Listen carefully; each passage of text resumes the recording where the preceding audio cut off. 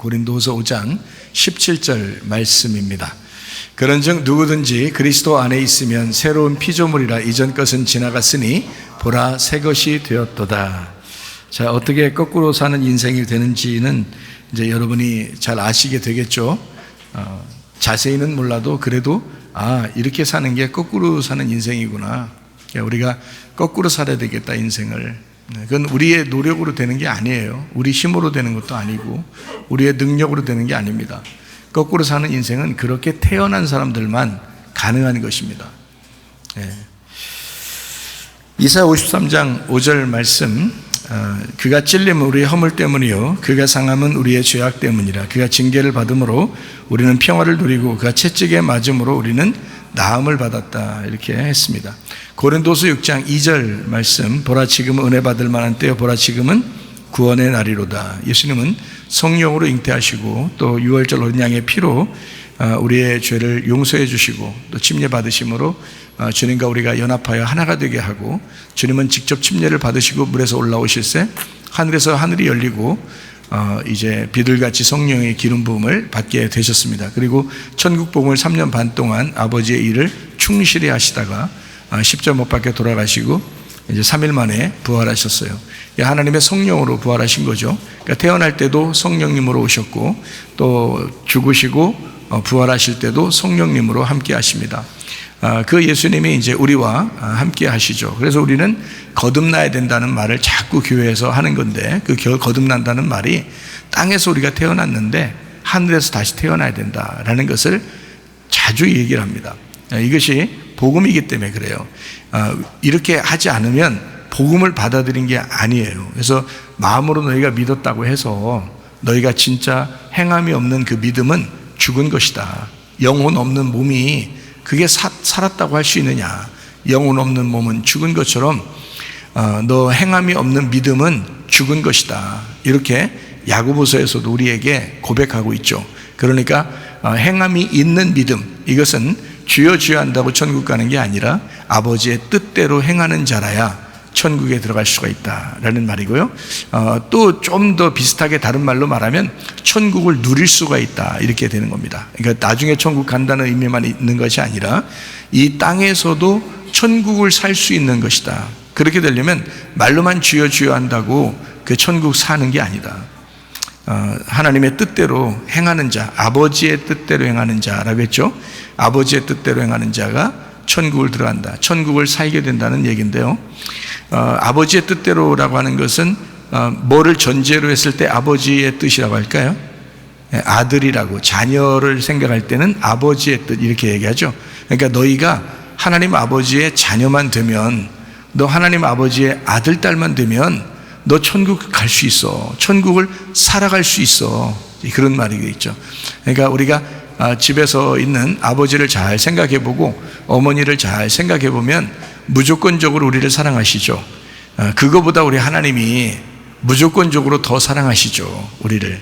그거를 생각하면 그게 아버지의 뜻이 되겠죠. 그죠? 아버지의 뜻, 아버지 생각은 이런 거구나라고 알고서 행동하게 되면 너 그 아버지의 나라에 가게 될 거야. 근데 하나님 아버지를 자꾸 종처럼, 우리가 종처럼 하나님 아버지를 주인처럼 너무 무서운 하나님으로 자꾸 생각하게 되면 우리 자신들이 어떻게 해요? 종인데 어떻게 하늘나라 갑니까? 아들이 돼야 천국 가죠. 그래서 하나님 아버지를 섬길 때 천국 가는 거지, 아버지를 알지 못하고 너희가 여전히 하나님을 율법적으로 선악의 개념으로 그냥 하나님 무서운 하나님으로, 거룩한 하나님으로 이렇게만 여기면, 그러면 천국 가기 어렵고 천국을 살기도 어렵다. 근데 사랑의 하나님이다, 은혜의 하나님이다. 그분은 우리를 한없이 복음으로 품으시는 하나님이다 라고 여기면, 그러면 이제 천국을 누릴 수가 있죠. 그리고 천국에도 갈 수가 있죠. 그래서 우리가 하나님의 자녀가 되는 것이 중요하겠다. 그래서 하나님 자녀가 되려면 우리는 인간의 아버지로부터, 어머니로부터 태어났지만 하나님의 자녀가 되는 거듭남이 필요하다. 그래서 물과 성령으로 너희가 거듭나야 된다라고 요한복음 3장에 말씀하고 있는 겁니다. 그래서 거듭난다, 물과 성령으로 거듭나야 된다. 주님을 따라가는 그 죽음, 그리고 그 주님 죽으시고 그 다음에 부활하신 것처럼 너희가 주님을 따라가게 되면 주님과 함께 죽고 주님과 함께 부활하는 그 삶을 살게 된다는 것입니다. 진정한 구원, 거듭남이라고 하는 그 구원이라는 것이 우리에게 없으면 나라를 갈 수가 없는 거죠. 예수 그리스도는 어제나 오늘나 영원토록 구원자가 되시고 영원히 동일하신 임마누엘 하나님이십니다. 육체적으로 함께 한다는 게 아니라 어떻게 해요? 영으로 함께 한다. 이게 임마누엘이다. 이렇게 했죠. 고린도전서 1장 10절의 말씀 보면 같은 말을 하고 같은 마음을 품고 그리고 같은 뜻, 같은 판단, 같은 생각, 같은 알미 있어야 된다. 이것이 다양한 이 세상 바벨론에서 너희가 교회 하나된 영, 하나님의 영의 그 말씀이 있는 그 교회, 그 하나됨, 그 가정에서 교회에서 서로 하나 되는 것이 얼마나 중요한가. 그래서 우리 교회가 복음으로 진짜 여러분이 복음으로 살고 있고 또 복음의 말씀을 들었다면 여러분 우리 소속된 우리 교회에 소속된 가정들은 진짜 하나가 되셔야 합니다. 그리고 교회의 성도들도 서로 하나가 되셔야 합니다. 이것이 진짜 말씀을 들은 그 태도죠. 하나님 말씀을 들었으면 귀로만 들은 게 아니라 성령이 교회들에게 하시는 말씀을 귀 있는 자가 들어야죠. 그러려면 이거는 말귀를 알아들을 뿐만 아니라 진짜 그렇게 실천하고 지켜 행하는 사람을 얘기하는 거죠. 그래서 그 지켜 행하는 사람을 하나님 말씀을 들었다라고 얘기하는 거예요.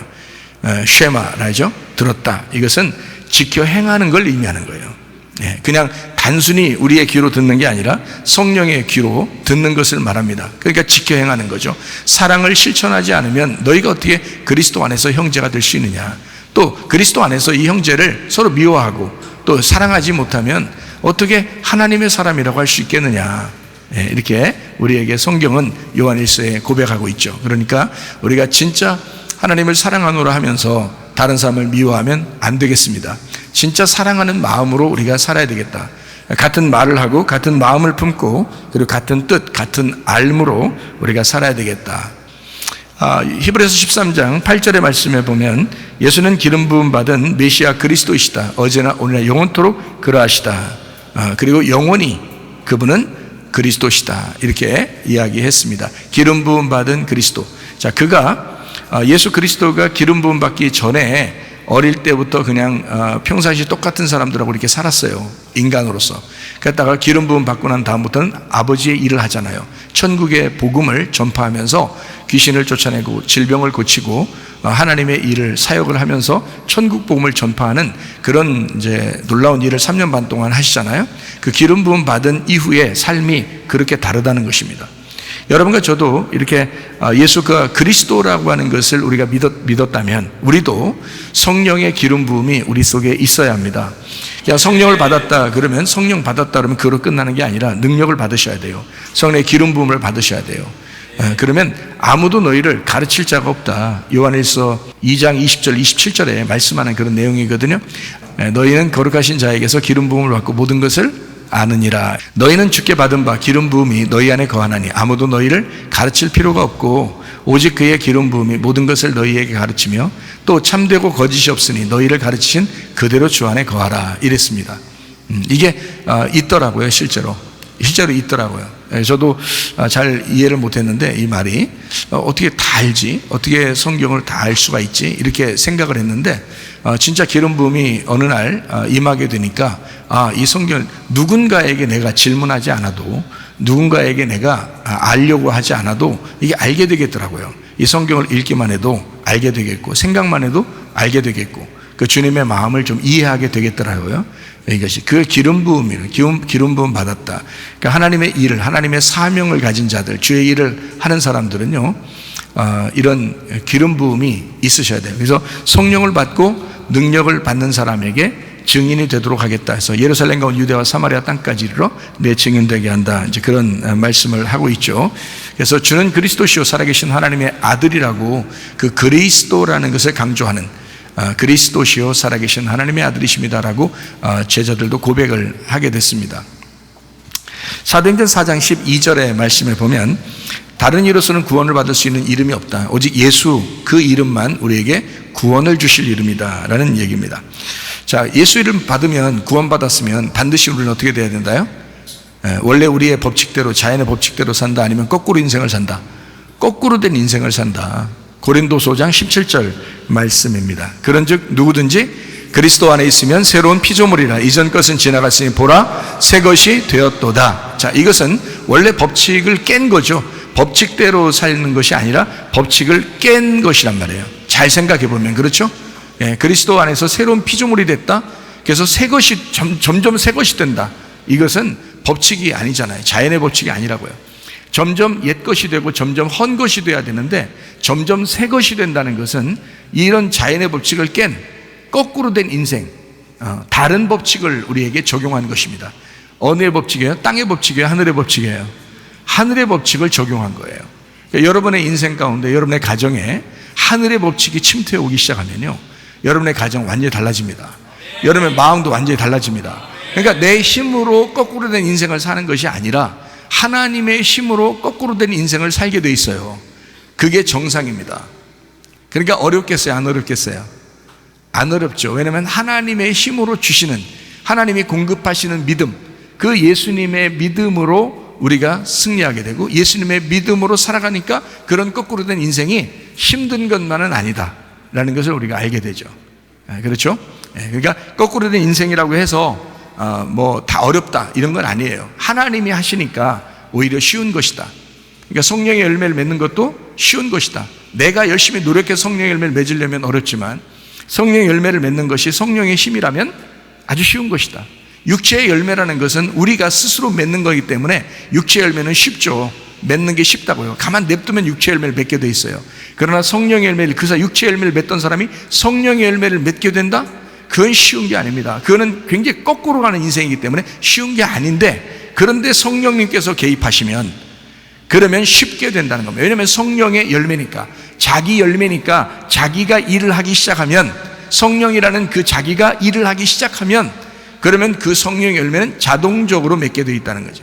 육체의 열매는 내가 자동적으로 맺는 것이고요, 내가 자동적으로 육체의 열매를 맺으면서 살고 있었는데 성령께서 역사하셨어. 성령이 들어오셨어. 그러면 이제 이 사람의 성령께서 성령의 열매를, 자기 열매를 맺게 하려고 우리를 인도하신다는 거 아니에요. 그럼 우리는 내 마음을, 내 말하는 걸, 내 마음을 성령님께만 맡기면 되는 거예요. 그럼 성령님의 마음을 갖게 되고 성령님의 말을 하게 되면 사람이 바뀌고 가정이 바뀌고 인생이 거꾸로 돌아가기 시작한다는 것입니다. 이게 생명나무 열매의 말씀이에요. 이게 선악과 먹은 사람들은 그냥 그대로 흘러가는 게 하나님의 입장에서는 거꾸로 된 인생이에요. 하나님의 입장에서는 니네들 거꾸로 돌아가는 거야. 그게 두루두는 불칼이야. 두루두는 불칼로 거꾸로 만들어 놨으니까 성경을 읽어도 이해를 못하지. 성경을 읽을 때에 너희가 복음으로 읽었다면, 생명나무의 말씀으로 읽었다면 성경이 이해가 되겠죠. 그래서 선악과로 읽는단 말이에요. 성경을 선과 악으로, 율법으로 읽는단 말이에요.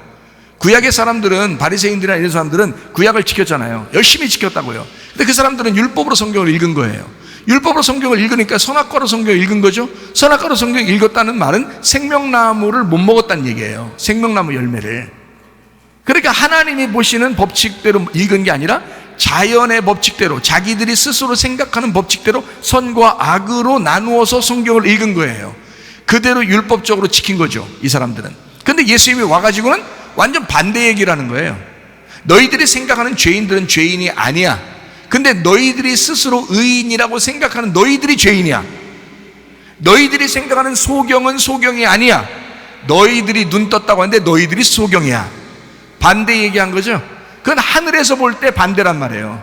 하늘에서 볼 때 바리새인들은 자기들이 눈 떴다고 생각했지만 하나님이 보실 땐 니네 소경인 거고, 진짜 이 소경이면서 자기가 죄인으로 알고 예수님께 와가지고 주님 저를 눈을 떠주게 해주십시오 라고 부탁하는 그런 죄인들은 하나님의 입장에서 볼 땐 눈을 뜬 거란 거죠. 그렇게 성경이 반대로 돼 있다고요. 그러니까 구약에 있는 바리새인들 이런 사람들은 부자들을 좋아했어요. 부자가 되고 싶어 했어요. 그렇다고 여러분 다 가난해져라는 뜻은 아닙니다. 다 거지 돼야지 여러분 총간다 이런 말이 아니에요. 심령의 거지를 말하는 거지, 마음을 비우라는 얘기지, 진짜 이 땅에서 다 빌어먹어야 총간다 이런 말이 아니잖아요. 착각하지 마세요. 공부 열심히 해가지고 좋은 직장 가서 열심히 일해서 최고가 되고 사업도 최고로 잘하고 이래서 돈 많이 벌어서 다른 사람에게 영향력을 막 끼치고 그리스도의 선한 영향력을 끼치는 게, 이게 그리스도인이죠. 막 게을러 터져가지고 공부도 안 하고 잠만 자고 일할 때도 일도 막 게으르게 하고 돈도 못 벌고 사업을 해도 막 잠만 더 자고 이렇게 하면 안 돼요. 사업에 자기가 음식 만들어서 팔아야 되는데 음식 만들어 지가 다 먹고 이러면 안 되잖아요. 그러면 이제 사업 못 하게 되잖아요. 그거는 하나님의 법칙이 아니에요. 하나님의 뜻이 아니잖아요. 하나님의 뜻대로 살아간다는 것은 부자 될 수 있어요. 근데 그걸 가지고 어떻게 선한 영향력을 끼칠 수 있느냐 하는 게 하나님의 방법인 거죠. 생각을 해보세요. 근데 구약에 있는 사람들은 실제로 부자들을 그리워했어요. 그리고 실제로 부자가 되기를 원했어요. 왜? 하나님이 축복하셨다는 거예요. 부자는 하나님이 축복하셨다는 거예요. 그러면 가난한 거지들은요, 저거 죄를 얼마나 많이 졌으면 저거 저주받았구나 라고 생각한 거예요. 구약의 바리새인들은 그렇게 생각했다. 그런데 예수님이 와가지고 이걸 생각을 완전히 다 거꾸로 만들어버린 거예요. 부자와 거지 나사로 있죠? 거지 나사로는 천국 가고 부자는 지옥 간다, 이렇게 딱 해버린 거예요. 이거를 이제 공산주의자들이 막 이용해서 그런 거지, 그렇게 이건 심령의 거지와 심령의 부유한 걸 이야기한 건데, 이거를 나눠버린 거예요. 예수님이 딱 나누어서 야, 거지는 천국 가, 부자는 지옥 가, 이렇게 딱 나눠버린 거예요. 그러니까 바리새인들이 얼마나 놀라겠냐고. 다시 말하면 바리새인들의 마음을 깨뜨리려고 얘기한 것입니다. 이 말이 유대인들의 마음을 깨뜨리려고 그 얘기를 한 거예요. 너희들이 생각하는 것은 부자는 천국 간다고 생각하지 하나님의 축복받아서, 거지는 지옥 간다고 생각하지 하나님의 저주받아서, 그렇게 생각하고 있지. 하늘나라에서 볼 때는 반대야. 거지가 천국 가는 거야. 마음의 심령의 거지가 천국 가는 거야. 심령이 부유한 너희들은 네 속에 너희들이 깍차 있기 때문에 너희들은 지옥 가는 거야. 이거를 설명해 준 거야. 자, 예수님의 생각과 구약 성경을 율법적으로 보는 바리새인들의 생각과 어떻게 해요? 완전히 거꾸로죠. 완전히 반대라는 거예요. 바리새인들이 볼 때 예수님이 거꾸로 인생 사는 거고요, 예수님이 볼 때는 바리새인들이 인생을 거꾸로 사는 거란 말이죠. 자, 이만큼 달라요. 그러니까 자연의 법칙대로 인간의 눈으로 선과 악으로 딱 정확하게 나누어지는, 자기들이 정의라고 생각하는 그런 것으로 성경을 보게 되면 율법으로 보는 것입니다. 성경을 그렇게 보는 게 아니죠. 성경은 하나님의 눈으로 보기 시작해야 되는 거예요. 하나님의 기름 부음이 있으셔야 된단 말이에요. 그러면 하나님께서 그 사람의 눈을 띄워주고 성령이 교회들에게 하시는 말씀을 귀 있게 만들어서 듣게 만드시고 지켜 행하게 만든다는 거죠.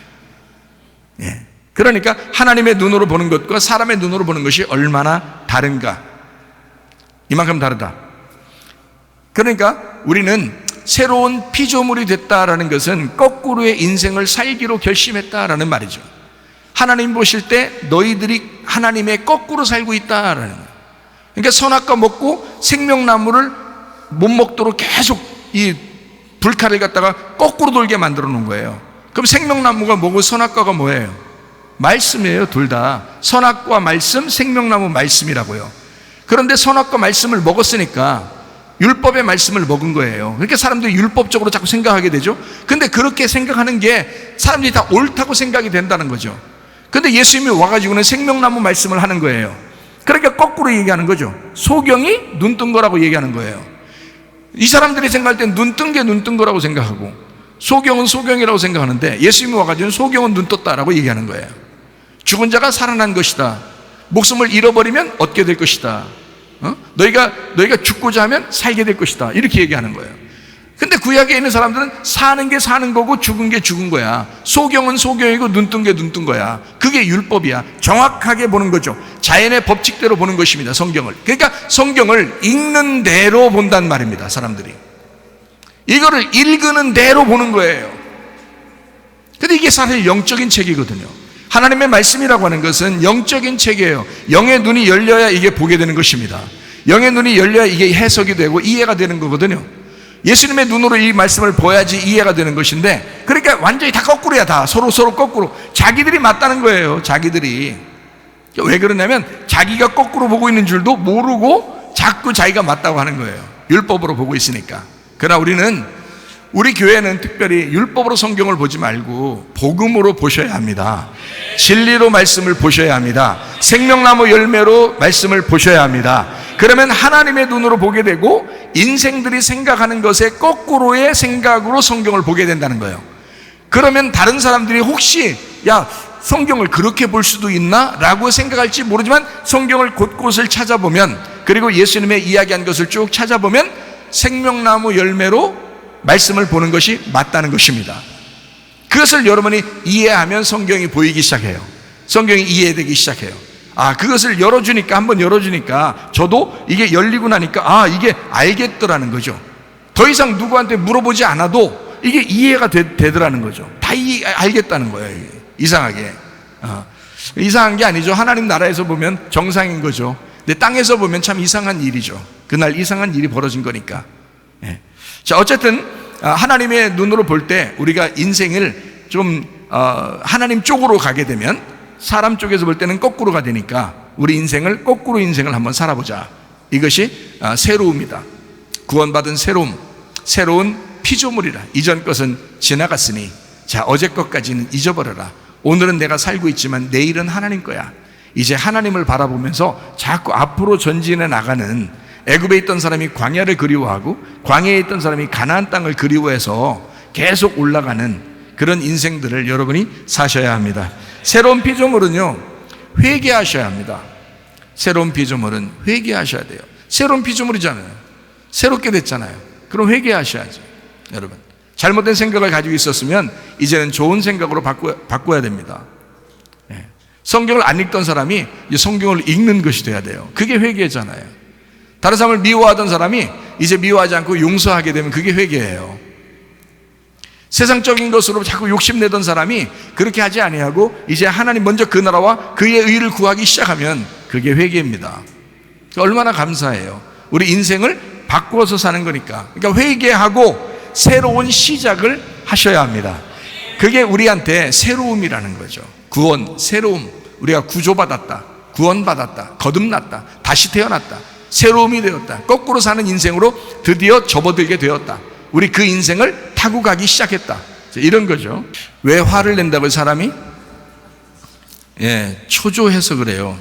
조급해서. 왜 조급해지나요? 사람이요? 왜 조급해져요? 불안해서 그래요. 미래에 대한 확신이 없으니까 그래요. 미래에 대한 확신이 없고 불안하니까 두려워요. 세상 사는 게 무섭고, 그리고 뭔가 일이 잘 안 풀리고 이러면 자꾸 무서워지거든요. 두려워져. 이러다 또 안 되면 어떡하지? 또 안 되면 어떡하지? 이런 마음들이 막 들어온다고요. 그러니까 두려운 거죠. 불안하죠. 그러니까 초조해지죠. 초조해지고 조급하니까 옆에서 누가 조금만 신경 쓰이게 하면 막 화가 난단 말이에요. 그래서 화를 내요, 사람들이. 마음에 여유만 팍 생기잖아요. 그러면요, 화 잘 안 납니다. 마음에 여유만 다 생겨요. 여러분한테 만약에 누가 100억을 갖다 줬다고 생각해 보세요. 화 나게 해서 그 다음 날부터 자기한테 싸움 거는 사람도 별로 이렇게 밉질 않아. 자기한테 싸움 거는 사람도 별로 밉질 않아. 자동차 옆에 좀 부딪혀서 기스 난다고 화가 나겠어요? 아우, 어떻게 안 다치셨냐고 그러지? 안 다치, 조심해서 가시라고 그런다고요. 자기는 멀쩡하게 가만히 가는데 옆에 자동차 치고 이렇게 했다가 어떡하지? 괜찮아요. 그냥 천천히 그냥 운전해 가셔요. 이런다고요. 왜? 자기 지금 뒤에 뭐가 있어요? 100억이 있잖아. 100억, 1000억 막 이렇게 있으니까 마음이 불안하질 않은 거예요. 조급하질 않아. 여유가 생기는 거예요. 마음이 점점 넓어지죠. 돈만 가지고 있다고 해도 마음이 넓어진 사람이, 예수 그리스도가 우리 마음에 있는데 마음 넓어져야 당연한 거 아닙니까?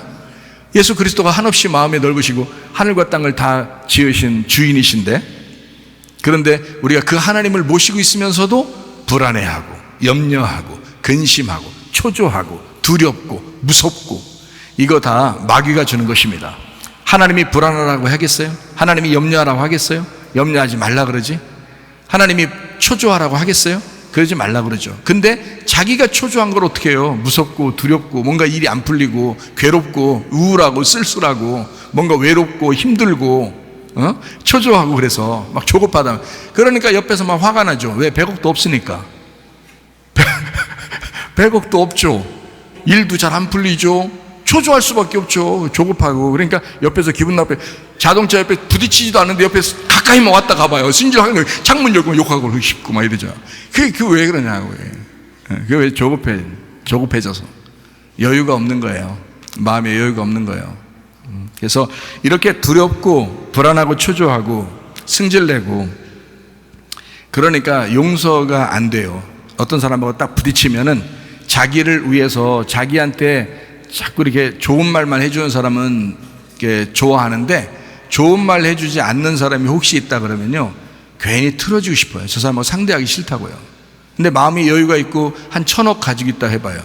자기한테 그런 조언해주고 그러면 아, 저런 사람은 참 사귀어볼 만한 사람이다 이렇게 생각하지. 그런데 자기에게 그런 1,000억도 없죠. 일도 안 풀리죠. 돈도 별로 없죠. 집에 가면 괜히 승질만 나죠. 뭐 이렇게 하는데 누가 옆에서 조금씩 막 그 조언해 준다고, 좋은 말 해준다고 좋은 말 할 때 잘해 뭐 이런 식으로 좋은 말 해주고 그러면 기분이 굉장히 안 좋다고요. 그래서 그런 사람하고 상대하기 싫어한다고. 그래서 그냥 좋은 말만 계속 해줘야 돼. 좋은 말 할 때 물 떠와. 좋은 말 할 때 좋은 말 할 때 잘하자 뭐 이런 거. 좋은 말 자꾸 해주는 좋은 말을 자꾸 해주면서 살면 그러면 그 사람도 기분 나쁘지 않죠. 왜냐하면 그 사람이 조급해하고 지금 성질나는 인생을 살고 있거든요. 그러니까 그렇게 대해주는 거예요. 좋게 해주는 거예요. 어린애 대하듯이 그렇게 조곤조곤하게 해주는 거예요. 근데 사실 우리가 성숙하고 돈도 많고 여유가 있고 마음이 편안하면 승질나게 해도 상관없고 조언을 해주면 더 기분 좋고 그런 거예요. 그게. 그러니까 왜 이런 말 있잖아요. 쓴소리 하는 사람하고 잘 가깝게 하고 사귀어라 이런 말이 있어요. 단소리 하는 아주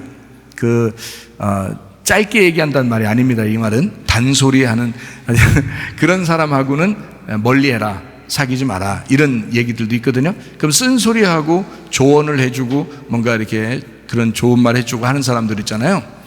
그런데 자기 자신이 그런 말 들을 여유가 없잖아. 그럼 화가 나는 거예요. 화가 나는 거예요.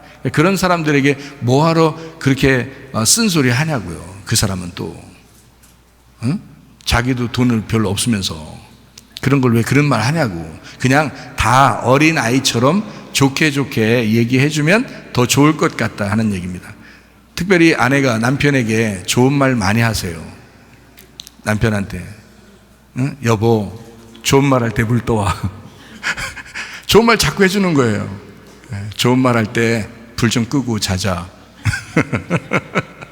좋은 말 자꾸 하는 거예요. 어쨌든 좋은 말 자꾸 남편도 좋은 말 듣고 싶어 해요. 아주 좋은 말. 여보 사랑해 이런 거 얼마나 좋은 말이에요. 이번 한 해가 진짜 사랑이 넘치는 그런 한 해가 되기를 바랍니다. 아내에게 가장 듣고 싶어하는 남편들이 무슨 말 듣고 싶어 하겠어요? 존경한다. 나는 정말 당신이 정말 존경스러워요. 정말 당신 믿음이 최고예요. 이런 말 듣고 싶을 거 아니에요. 남편들도 그죠? 당신 사랑합니다. 여자는 뭘 가장 좋아하죠? 사랑하는 사랑. 당신 사랑해. 나는 이 세상에 어떤 여자를 이렇게 있어도 당신이 최고 이쁘고 좋더라. 응? 나이가 먹어가도 말이에요. 나이가 먹어가도 그런 빈말들은 꼭 필요합니다. 그 얼마나 좋은 말이에요. 이게 그러니까 남편도 아내도 다 어린아이처럼 그렇게 대해주란 말이에요. 애기들한테만 그렇게 하지 말고, 애기들한테는 뭐 나쁜 말 안 하잖아요. 다 좋은 말 해주죠. 막 별거 안 했는데도 잘한다고 그러고 그러잖아요. 남편한테 그렇게 해보세요. 별거 안 했는데도 막 잘한다고 그러고, 아내한테도 별거 안 했는데도 막 잘한다고 그러고 해보세요. 얼마나 좋아하겠어요. 어디 가는 것보다 계속 집에 오고 싶을 거예요. 귀찮을 정도로. 그죠? 왜냐하면 좋아서. 그런 소리가 너무 듣기 좋으니까. 근데 그런 말 하는 여자가 있더라고요. 그런 여자가. 우리 집에만 있는 게 아니더라고요. 어디 있더라고요. 어느 그 목사님 사모님도 그렇게 하시더라고요. 그냥 막 목소리만 들으면 막, 어머, 목사님! 막 이래요. 괜히 기분이 막 업돼, 막 괜히. 어머, 목사님! 보고 싶어요! 막 이러면서. 우리 집사람 옆에 있는데도. 막 이러더라고요. 근데 막 그렇게, 그러니까, 이게 좋은 말이니까 너무 듣기 좋은 거예요. 그렇게 이렇게 들을 때는 어린아이가 되죠. 다 같이 그렇게 어린아이처럼 그렇게 얘기해주고 그러면 참 좋을 것 같아요. 세상이 아름다워질 것 같아. 가정도 교회도 사회도 다 이렇게. 자, 새로운 피조물이라고 하는 사람들은요, 인생을 거꾸로 사는 사람들. 그러니까 두렵고 불안하고 초조했던 이런 삶을 바꿔야 되겠죠. 초조하니까 어때요? 승질나니까 미워하게 되고 용서가 안 되는 거예요. 근데 이거를 거꾸로 사는 인생은 이제 어떻게 해야 돼요? 바꿔야 되겠죠. 그러니까 용서해야 됩니다. 마음을 다스려야 되죠. 자기가 마음을 다스리고, 그리고 생각을 바꾸고, 그리고 마음의 여유를 좀 가지려고 하고, 주님이 우리 편이시니까. 그러면서 용서하는 마음을 갖기 시작해야 되죠. 사실은 자, 인생을 거꾸로 산다면서요. 선악 꺼먹고 두루두른 불칼로 계속 거기 쳐다보면서 생명나무 열매도 못 먹고 그렇게 살면 좋겠습니까? 아니죠. 두루두른 불칼을 제거하고 우리에게 길을 열어주신 분이 예수 그리스도시거든요. 그러니까 그 예수 그리스도를 통해서 생명나무라는 예수님을 먹는 거예요, 우리가. 그러면 그 사람은 하늘의 인생을 살게 되니까 세상으로 볼 때는 거꾸로 된 인생을 살아요. 그래서 우리가 승질 나던 것도 조급하던 것도 바뀌는 겁니다. 그래서 용서하기 시작하는 거예요. 그게 어렵다? 안 어렵다. 왜? 성령의 열매니까. 성령이 하실 거니까. 성령님께 내 모든 것을 맡기고 드리면 성령이 일을 하기 시작한다는 겁니다. 그러면 가능하다는 거예요. 내 힘으로 하려니까 어떤 땐 되는데 어떤 땐 안 되죠. 내 힘으로 하려니까. 내 믿음으로 살려고 그러니까 어떨 땐 되지만 어떨 때는 안 되거든요. 근데 성령의 힘으로 하면, 성령의 믿음으로 살면 그러면 가능하거든요. 이게 새로운 피조물이라니까. 우리가 새로운 피조물이니까 완전히 다시 돼야 되죠. 거꾸로 인생을, 이 세상에서 볼 때 거꾸로 인생을 살으셔야 합니다. 그렇게 용서하게 되면 어떻게 되는지 알아요, 여러분?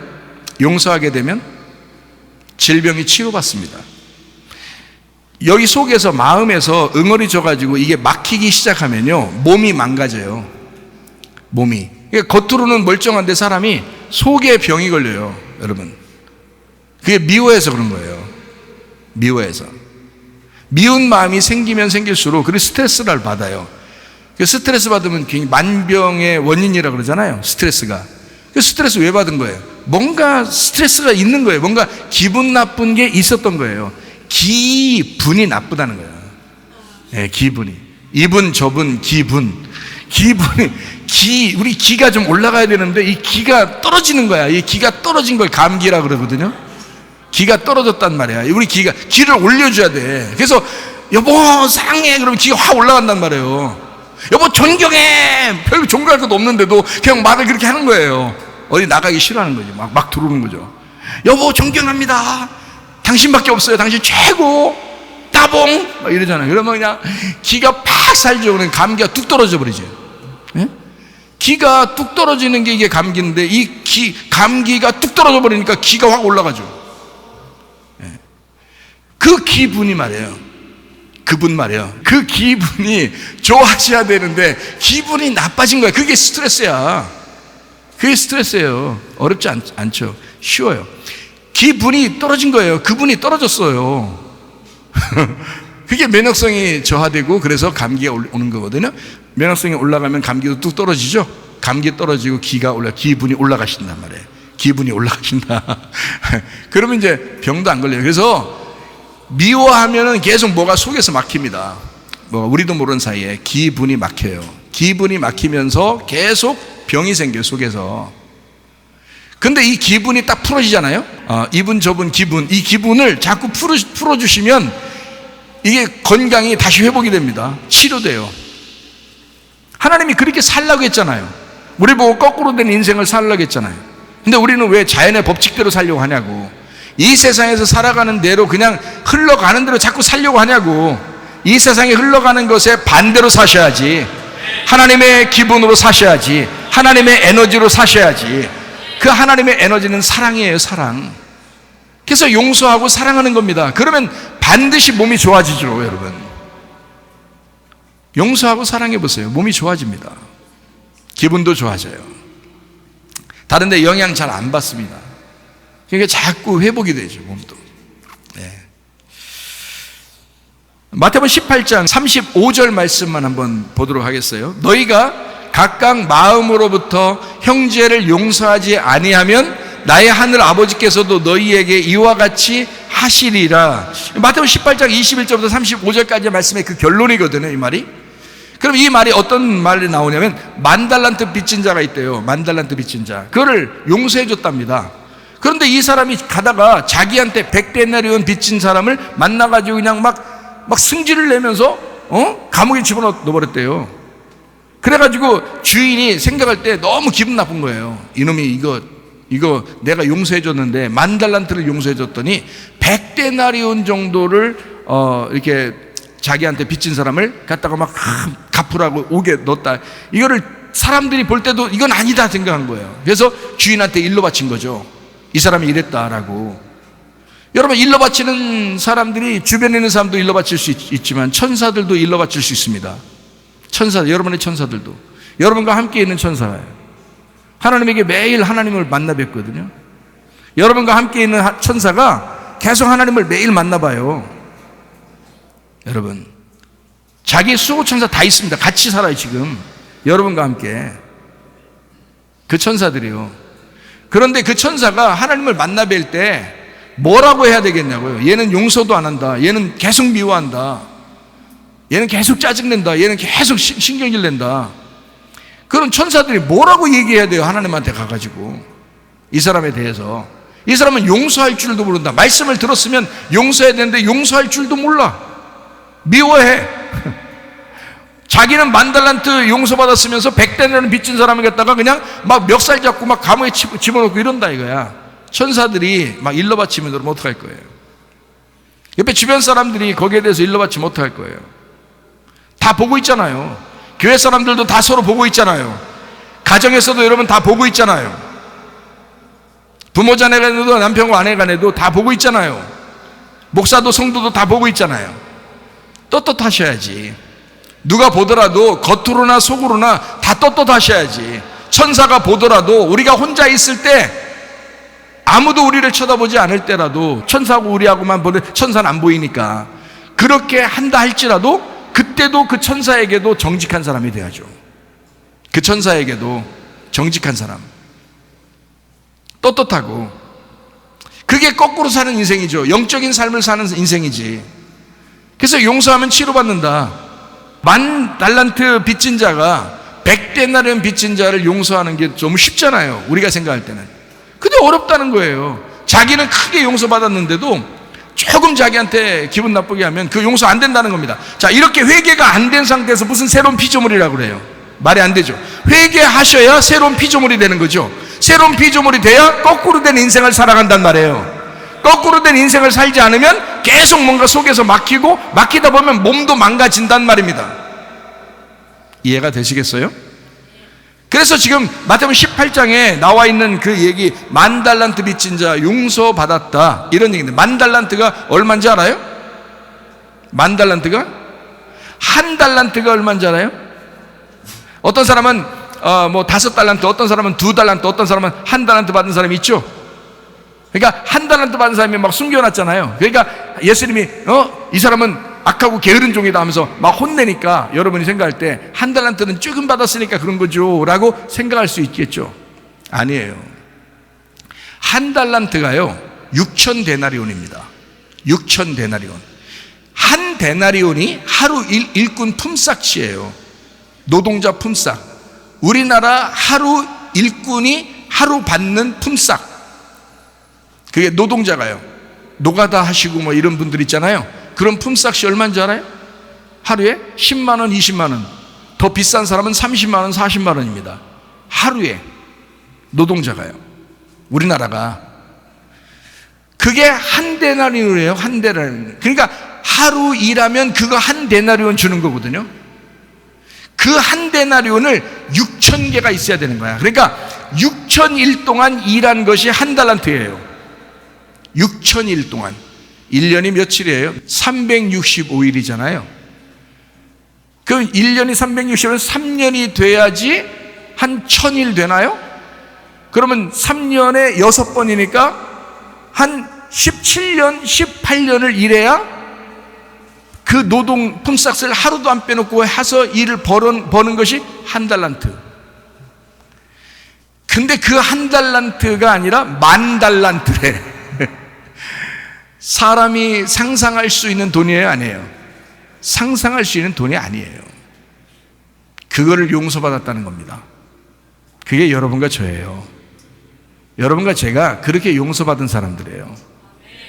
그런데 1데나리온, 하루 품삯의 1데나리온에 100일 동안 일하면 갚을 수 있는 100데나리온을 빚졌다는 거야.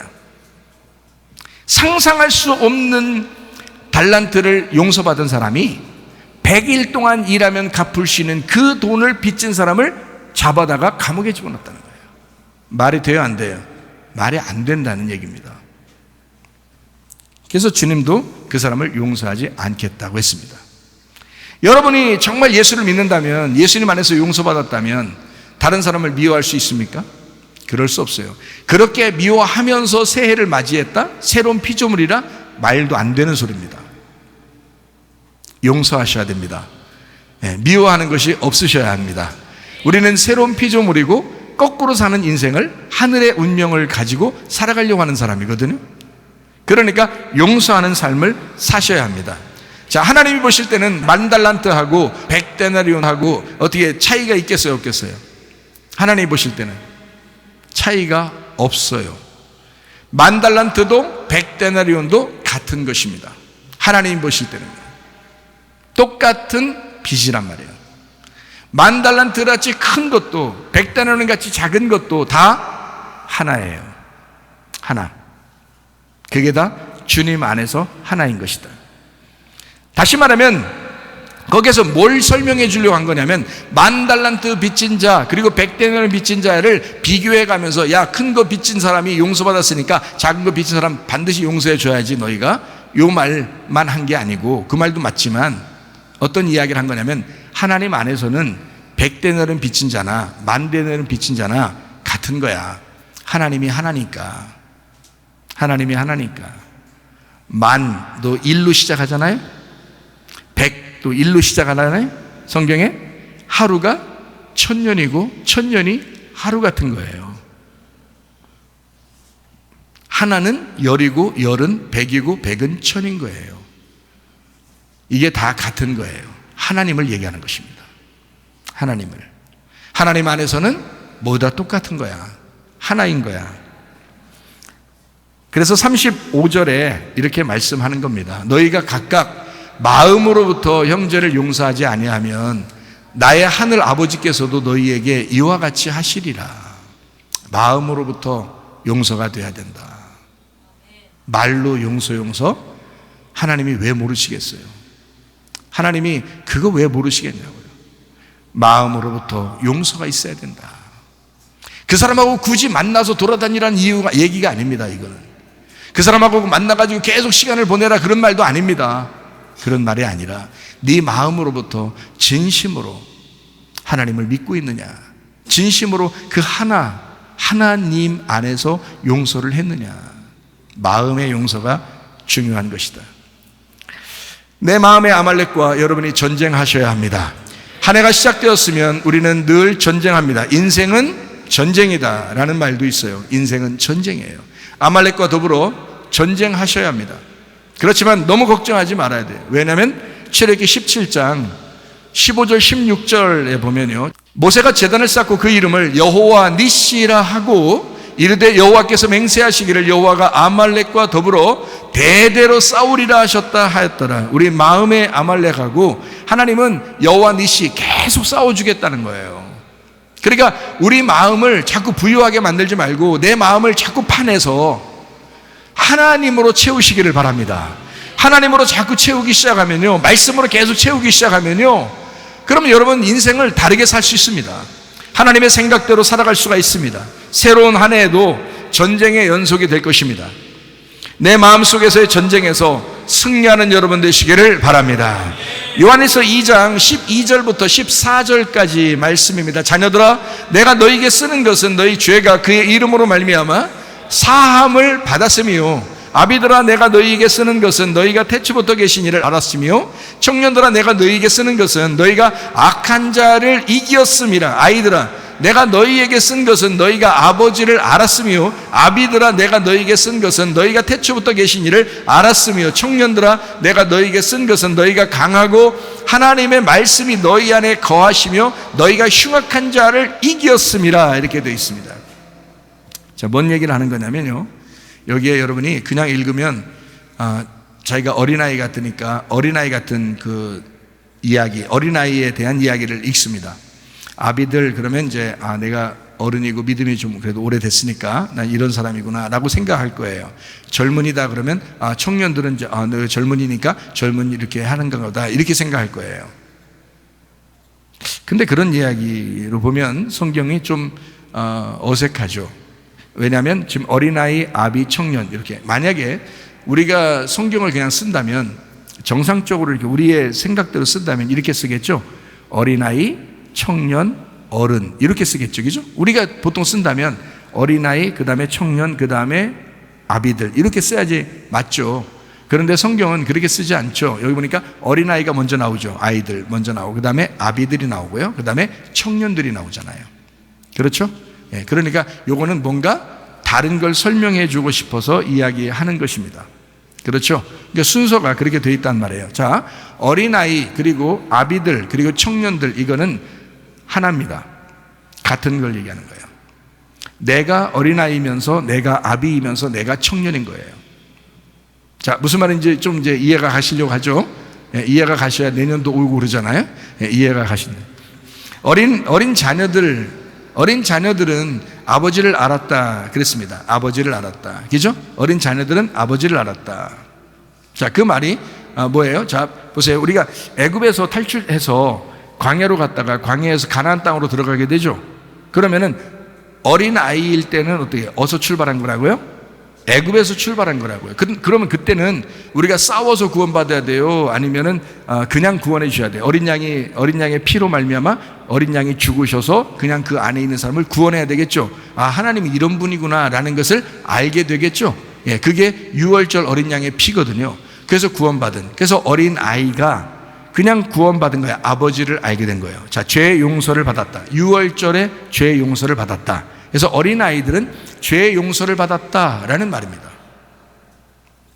자, 아비들은 이제 광야로 나오잖아요. 그럼 만나를 계속 내려주면서 기적을 베풀어 주십니다. 그리고 하나님을 알게 해요. 아버지 하나님을 알게 해요. 알고 또 하나님을 알게 됐다, 이렇게 해야죠. 근데 거기 광야에 나온 사람들이 다 죽어요, 안 죽어요? 죽죠. 그리고 다 죽었고 거기서 태어난 사람들이 젊은이가 돼요. 청년이 됩니다. 그러면 가나안 땅으로 이제 들어가게 돼서 전쟁을 하게 되죠. 전쟁해가지고 승리하게 되는 거 아닙니까? 그걸 청년, 젊은이의 때다, 이렇게 얘기해요. 그러니까 한 사람이 애굽에서 출발해서 광야로 갔다가 광야에서 다시 요단강을 건너 여리고성에 가서 전쟁에 승리하고 가나안 땅을 정복하는 것을 이야기하는 거죠. 그러니까 어린아이, 아비, 그다음에 청년.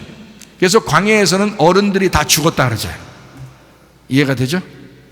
예. 그 사람들이 하나님을 하나도 몰랐더라, 이런 말이 아니에요. 광야에서 죽었더라. 그래야 젊은 사람들이 들어가 전쟁하니까. 그러니까 내 속에 어린아이가 시작돼서 어른이 됐는데 젊은이가 돼서 싸우는 거야. 자, 무슨 말인지 아시겠죠? 나 한 사람을 얘기하는 거란 말이에요. 자, 아비 때 알고 하나님을 또 압니다. 청년 때가 되면 어떻게 된다 그랬어요? 청년 때 되면 흉악한 자를 이긴다 그러잖아요. 청년의 때가 되면 이기고 또 이겼다 이러잖아요. 네, 그래서 요한일서 2장 12절부터 14절까지 내용을 다시 한번 봐봐요. 그런가 안 그런가? 자녀들아, 내가 너희에게 쓰는 것은 너희 죄가 그의 이름으로 말미암아 사함을 받았음이요. 아비들아, 자, 자녀 다음에 아비 나왔죠. 아비들아, 내가 너희에게 쓰는 것은 너희가 태초부터 계신 이를 알았음이요. 자, 청년들 나옵니다. 청년들아, 내가 너희에게 쓰는 것은 너희가 악한 자를 이겼다라고 되어 있죠. 그 다음에 14절에 또 나옵니다. 아이들 나오죠. 아이들, 내가 너희에게 쓴 것은 너희가 아버지를 알았다 했고, 아비들아, 내가 너희에게 쓴 것은 너희가 태초부터 계신 이를 알았고, 청년들 나오죠. 여기 청년들 나오는데 내가 너희에게 쓴 것은 너희가 강하고 하나님의 말씀이 너희 안에 거하시며 너희가 흉악한 자를 이겼습니다. 자, 이겼다는 말이 지금 12절부터 14절까지 말에 두 번이 나오죠. 그러니까 완전히 승리한 걸 이야기하는데 이기고 또 이겼다는 말입니다. 그죠? 자, 어떤 사람으로 우리가 무장하셔야 돼요? 예, 영적 전쟁에 돌입할 만한, 영적 전쟁에 나가서 승리할 만한 그런 청년의 때가 여러분 속에 있으셔야 된단 말이에요. 젊은이의 때가. 다시 말하면 여러분 속에서 늘 새로워져야 된다는 거죠. 이거 거꾸로 된 인생 아닙니까? 자, 아비들에 갔다가 다시 청년이 되는 거예요. 거꾸로 된 인생이죠. 네. 그렇다가 또 더 어린아이게 돼. 어린아이면 총 까는 거지 뭐. 어린아이들이 총 까져 있으니까. 그런데 청년이 돼야 싸움이 일어난다고요. 그래서 여기 지금 목적은 뭐냐면 전쟁의 목적입니다. 전쟁 목적, 싸움의 목적이에요. 자, 그래서 여기 잘 보면은 어떻게 뭘 때문에 싸우느냐가 여기 나오는데요. 여기에 요한일서 2장 16절 17절에 나와 있습니다. 이는 세상에 있는 모든 것이 육신의 정욕과 안목의 정욕과 이생의 자랑이니 다 아버지께로부터 온 것이 아니요 세상으로부터 온 것이라. 이 세상도 그 정욕도 지나가되 오직 하나님의 뜻을 행하는 자는 영원히 거하느니라. 자, 여기 뭐라고 했어요? 육신의 정욕, 안목의 정욕, 이생의 자랑, 세상도 정욕도 다 사라진다. 근데 누구만 거한다? 하나님의 뜻을 행하는 자는 영원히 거한다. 이게 뭐예요? 전쟁 목적이란 말이에요. 전쟁이라고 하는 걸 너희들 뭐 때문에 전쟁하는 거야? 육신의 정욕, 안목의 정욕, 이생의 자랑이야. 그게 이 세상의 모든 죄야.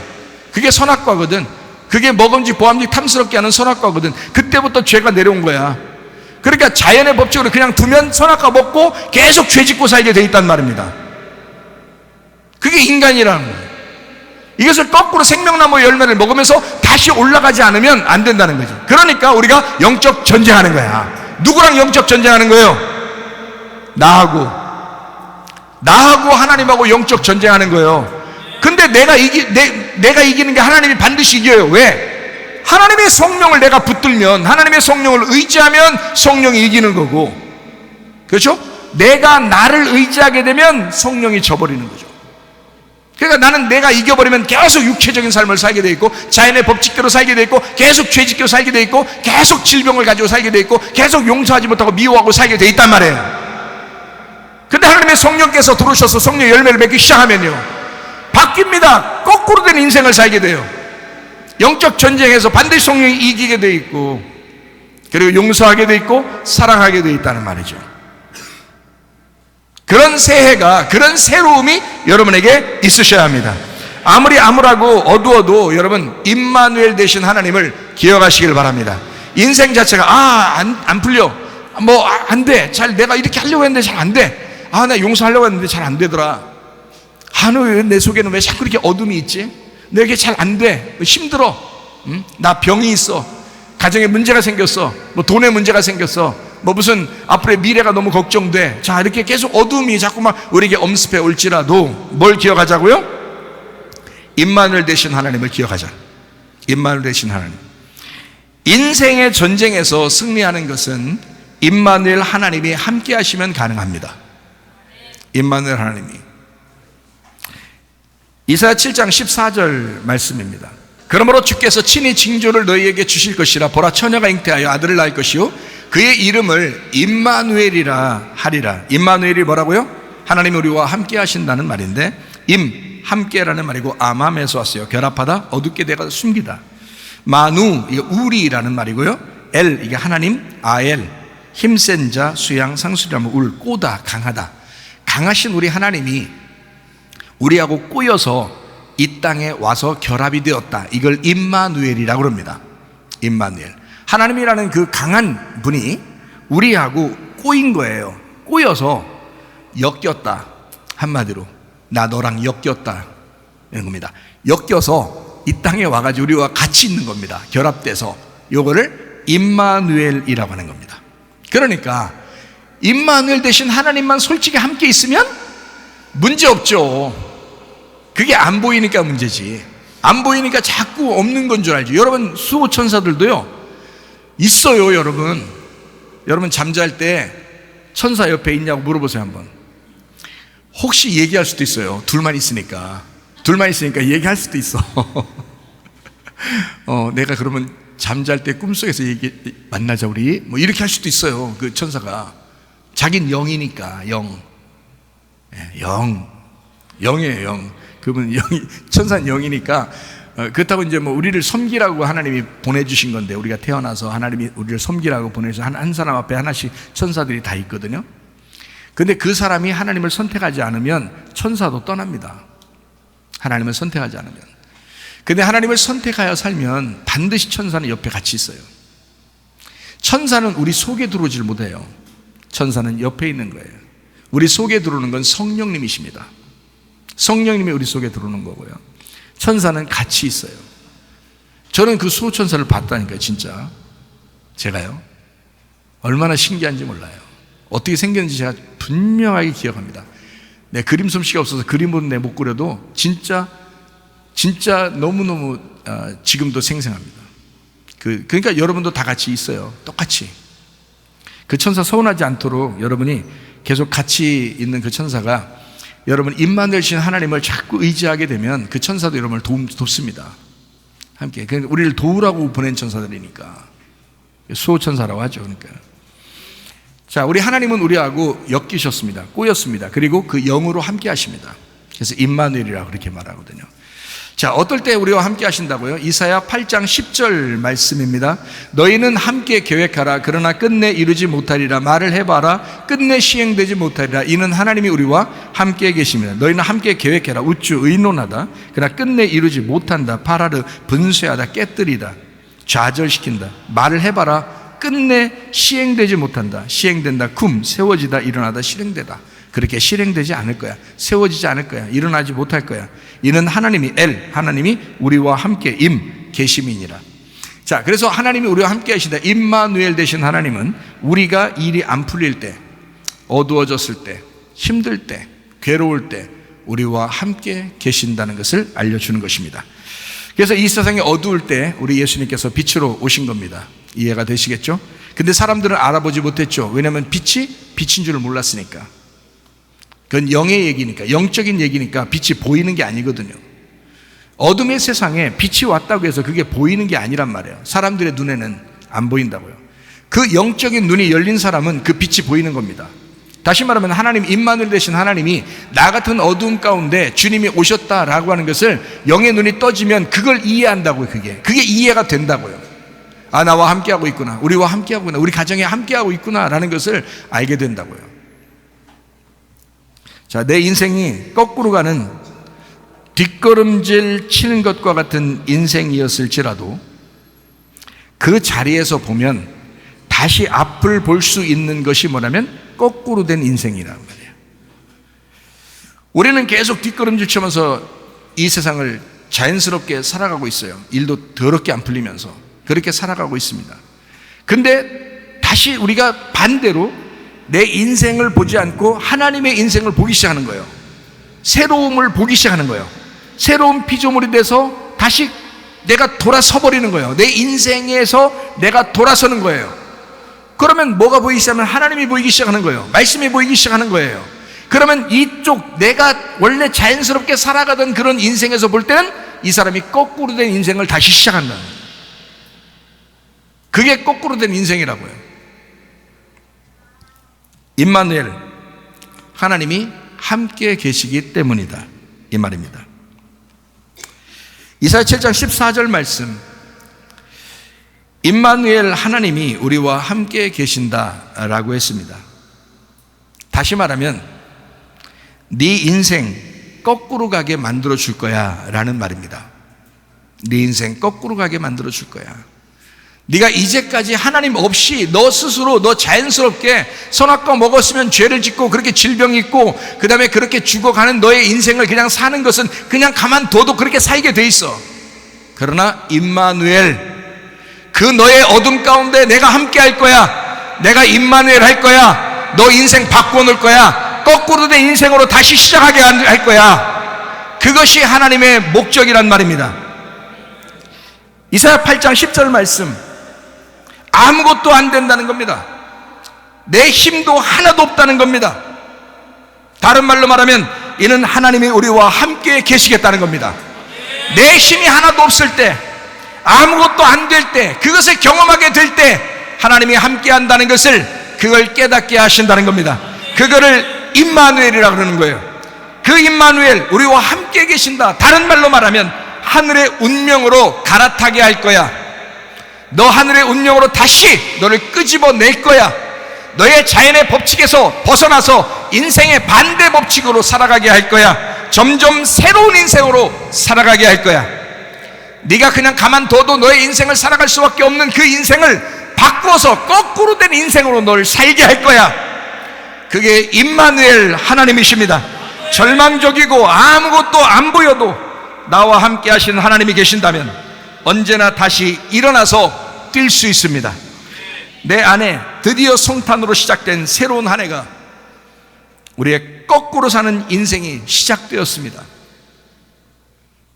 임마누엘, 새로움을 알리는 임마누엘, 성령으로 함께 하십니다. 운명이 바뀐 새로운 피조물이 되었습니다. 고린도후서 5장 17절 말씀 읽고 마치도록 합니다.